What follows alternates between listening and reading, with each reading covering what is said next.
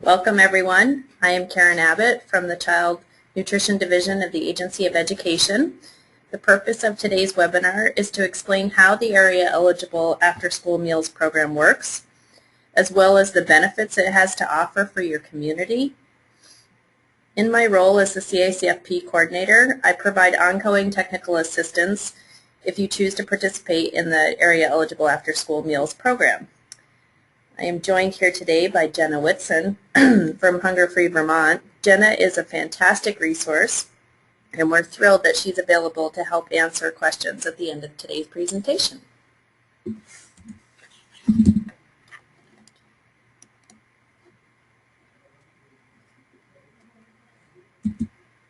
So let's begin. What is the After School Meals Program? The Child and Adult Care Food Program is an important nutritional assistance program funded by the USDA for young children and adults receiving daycare. CACFP snacks give a nutritional boost to children and teenagers in after-school care programs. Today, the CACFP also provides suppers and after-school care programs in Vermont. When school is out and parents are still at work, children still need a safe place to be with their friends with structured activities and supportive adults. After-school care programs that serve meals draw children and teenagers into constructive activities that are fun and filled with opportunities for learning. The meals give them the nutrition they need to learn, grow, and play. So let's talk a little bit more about the benefits of the program. First and foremost, children are hungry when they arrive in after-school programs, and that sometimes a simple snack doesn't always fill them up. Many after-school providers find that they have to purchase additional foods from their own pockets to satisfy the hunger cravings. The supper program provides more food, enabling children to fully engage in activities offered by the after-school program. Hunger is a growing crisis in Vermont. Many people are surprised to learn that 1 in 5 Vermont children experiences hunger or food hardship. The supper program ensures that the vulnerable children have access to healthy foods when the school day ends, and it helps parents stretch their food budgets. Unlike the NSLP after-school snack program, the supper program will reimburse meals that are served on weekends, holidays, excluding summer vacation. You need to discontinue the program during the summer months. Other states using the supper program have reported that suppers help decrease behavior problems associated with hunger. It's also been reported that serving the meal family style, where children and adults sit down and eat together, actually promotes the development of positive social skills. Excuse me. Finally, the supper program provides a sustainable source of funding for after-school programs, such as the reimbursement they receive is at the free rate for all children regardless of their income levels. Okay, so let's now talk about who's eligible to participate. So to participate in the program, the after-school supper program is intended to reach groups of children that are at risk of going hungry. Therefore, it is available to after-school programs located in areas where 50% or more of the children qualify for free and reduced price meals. I also want to mention that an after-school program enrolls in the supper program this year and their free and reduced number drops below 50% next year. They can continue to participate in the supper program for up to 5 years.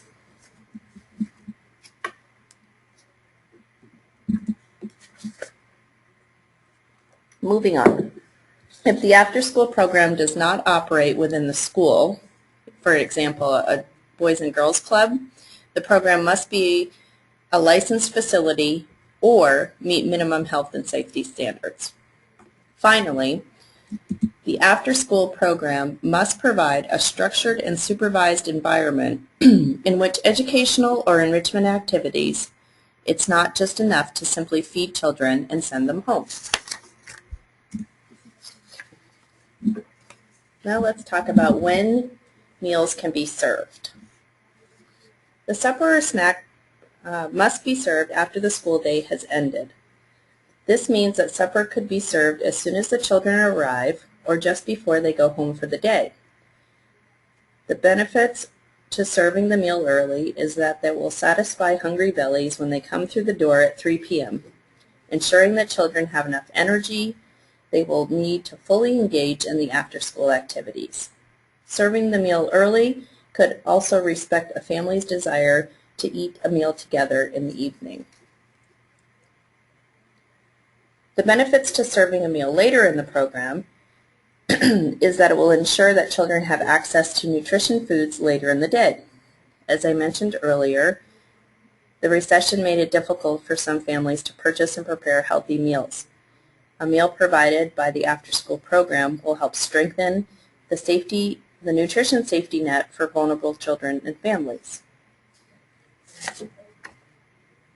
You can only get reimbursed for suppers that are served during the school year.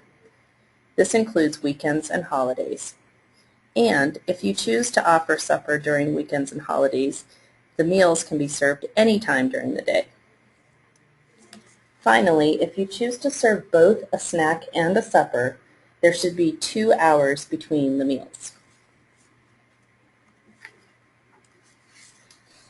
What are the reimbursement rates? The USDA will reimburse after-school programs 78 cents for every snack that is served and $2.86 for every supper that's served. Let's take a closer look at an example.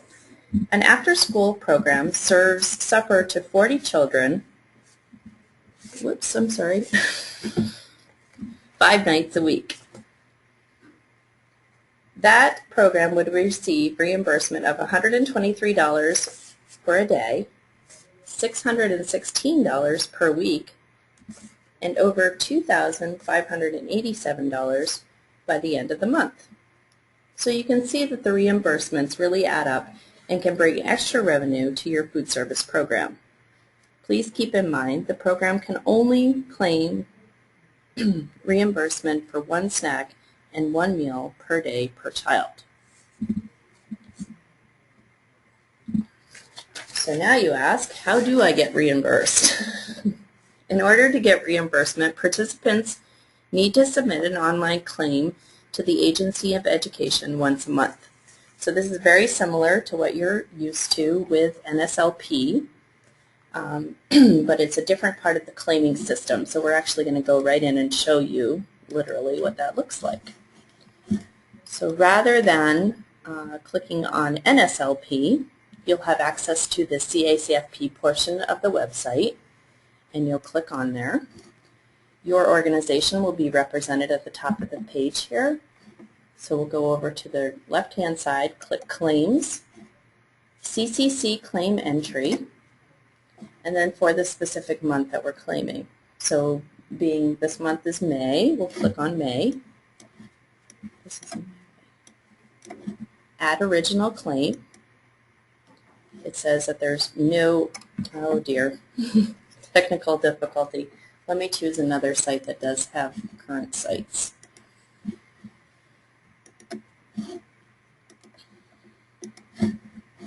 Okay, so clicking May, Add Original Claim, and then once again Add Claim. We'll scroll down and you'll actually enter the enrollment of the after-school program in total, followed by that number once again, because remember, everyone in this program is eligible for free benefits, and it makes no difference how they're designated on their income eligibility forms. There'll be nothing under the reduced or over income. Under number of days of operation, it's number of days of operation for the month for the program, and average daily attendance. So that's something new that you'll have to collect as part of the after-school program, and in a few minutes we'll actually look at a sheet to help retain that information. The next one down, number 3, Title 20 is not necessary because none of you are for-profit centers. And your license capacity number, even though you're not licensed, will be a phone number that is drawn in from your application. Scrolling a little bit further down is where we're going to enter the total meals served. So for breakfast, lunch, and supper and supplements, you're going to ignore this section, please. That means do not enter anything here. You're going to be entering all of your meals under area eligible meals, and those will be either suppers and or snacks, with the exception of maybe a school vacation day or a snow day where you decided to offer breakfast and lunch in lieu of the NSLP. But we can talk further about that during your application process. So here you'll enter the total number of suppers and snacks for the month that you're claiming. One last step is to report to us your food service expenditures for the program. This is something new for schools. This is not something that you report in NSLP on a monthly basis. This is something that you'll track for us, and sometimes you can use claiming percentages if that's easier of your total food bills, and we can go into more specifics in a moment. What we're looking for is specifically that you are a non-profit food service. So you've either spent equal to or more than the reimbursement that you've received for the program. And remember, since everyone pays at the free rate, you have a little more flexibility here with how much you spend on foods and or labor. So Jenna's a great resource for this piece too, if you have any questions about how your expenditures are looking. All right, so scrolling down a little bit further, we're just going to click the certification box and hit save. And of course it's telling me there's errors because we didn't fill anything out. And it will show you your total amount earned based upon what you entered, and then the status of that claim, just as it does in NSLP.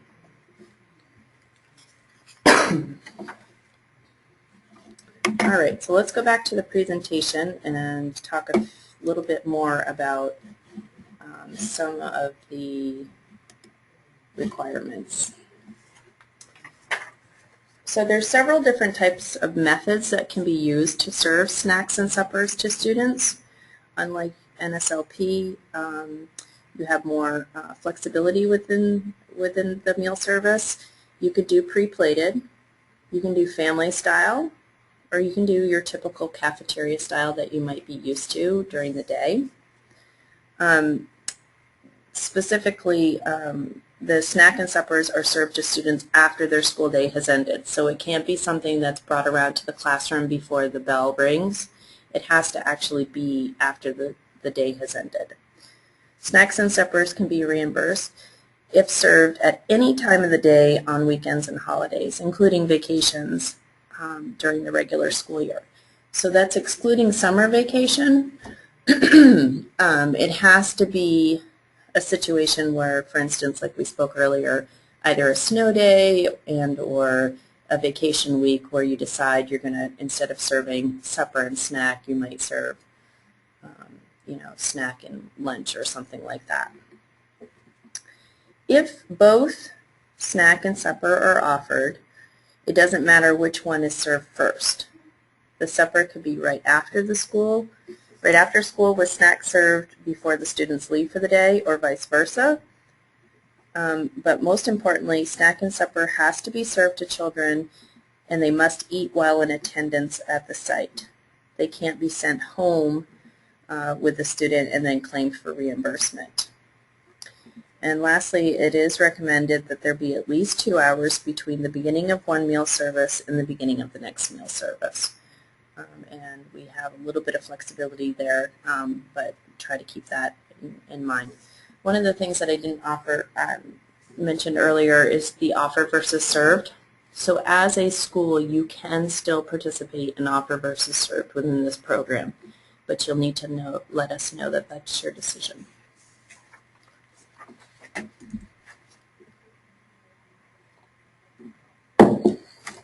Okay, so now we're going to talk a little bit, take a closer look at the meal pattern requirements. So in an effort to regulate the quality and nutrition of the meals, the USDA has created some basic guidelines with regards to supper. You must serve milk and 1 serving of meat alternate. We've listed some examples of meat alternates, including eggs, cheese, beans, peanut butter, and yogurt.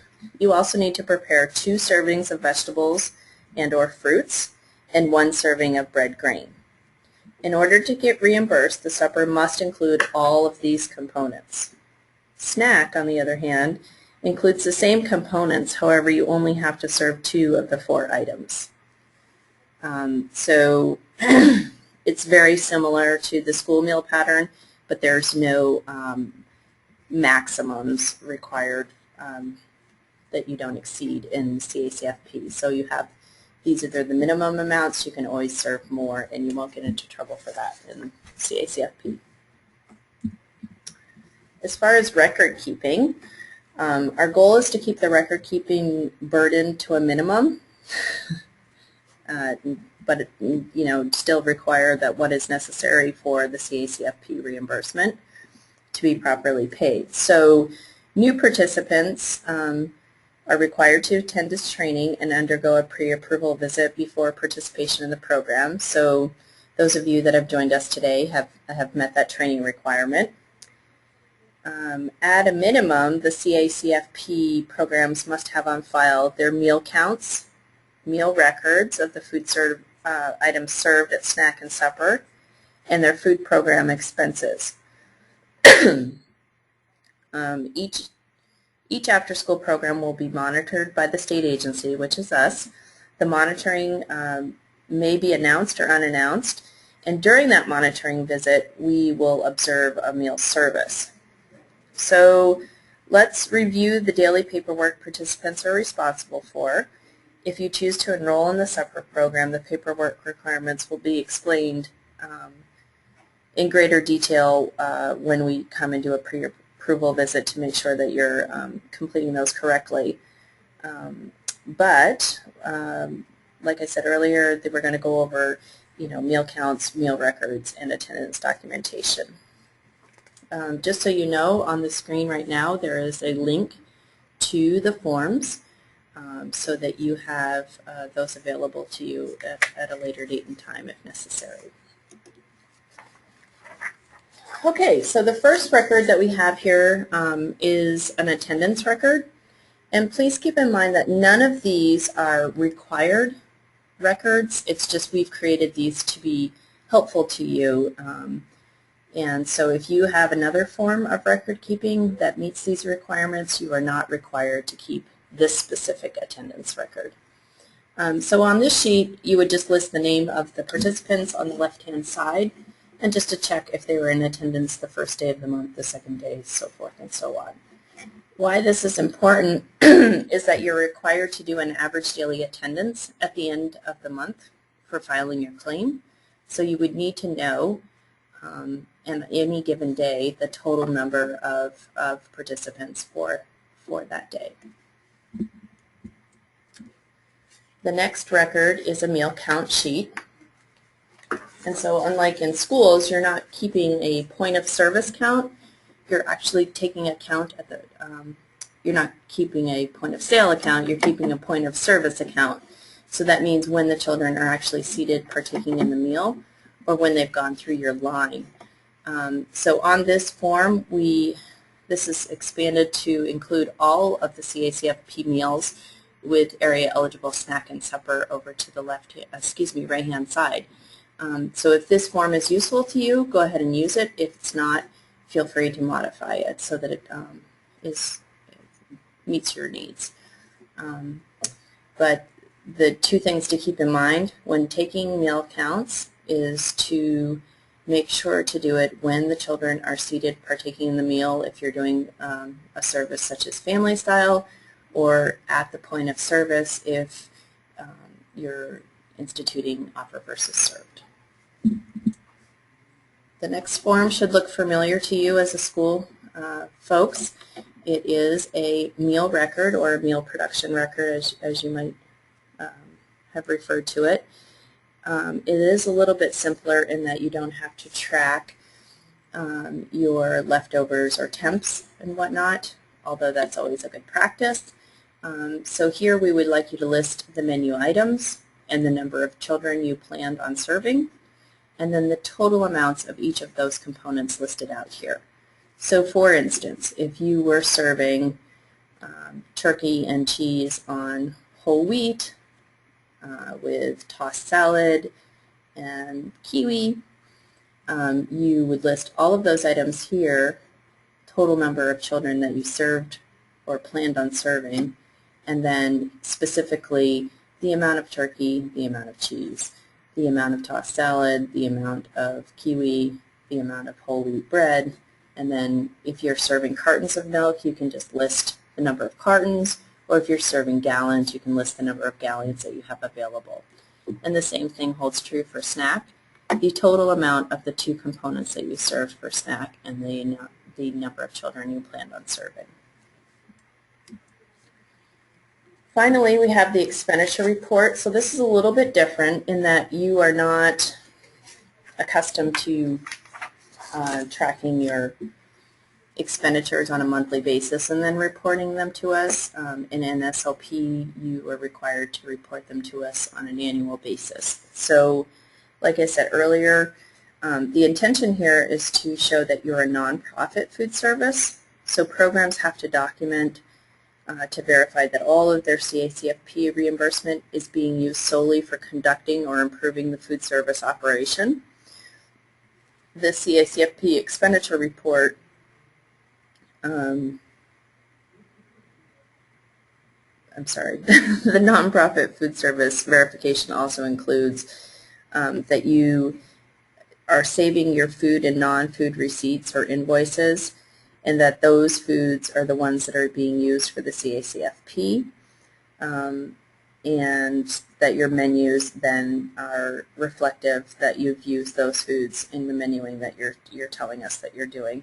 It also is a place for you to determine the amount of time spent on labor and other food service costs, and to indicate that. So a good example of how to use this form, if you choose to, would be to list the date of the invoice, the vendor, meaning if you're buying from a food service contractor like Reinhardt or one of those, or if you're doing your shopping at the local grocery store or the Costco or whatever, you would fill that that vendor out in the next column. We really don't care about check number. The total amount is the total amount of the receipt, and then broken down into applicable CACFP foods, supplies, and then other expenses further on down the column. If you only purchase food and that exceeds the amount of reimbursement, you don't need to report to us your program labor, but most of you will be making enough money to help pay for both your food and your labor costs, so we should see something in both of those columns. I started to talk about this a few moments ago. I guess I got these slides out of sequence. So staff training, once you're in the program, you're all required to receive annual training. And at a minimum, you must then go back and train staff at the site when it's applicable based upon their duties. So that training might include the meal pattern, the reimbursement process, how to accurately count meals, claim submission, and the other record-keeping requirements. So like I said, if their position requires them to know these pieces, then you in turn would train those staff on those. So now, the next steps, if you haven't already done so, and you decide that you want to apply for the supper program, we suggest that you begin by speaking with the principal, the food service director at your school. Both of these individuals are the ones that you need to glean the support to launch the program. If for some reason that doesn't work out, you can always contact one of us and we can help facilitate that conversation and come up with a solution for your individual school. And then we will also, as far as next steps, send you a packet of information to complete, along with the manual that goes with this program, both of which are posted on the website. You can request an application directly from me, and I would be happy to do that. And then, in addition, if you have individual technical assistance that you need about any part of the application process, help facilitate the conversation with your administrator and your food service director, Jenna is a perfect resource for that. She can provide that support with the application, meal preparation, or other administrative responsibilities, and she's more than happy to help facilitate those conversations. So with that being said, I just want to thank you all for participating in this webinar and hope you have a great day. Thank you.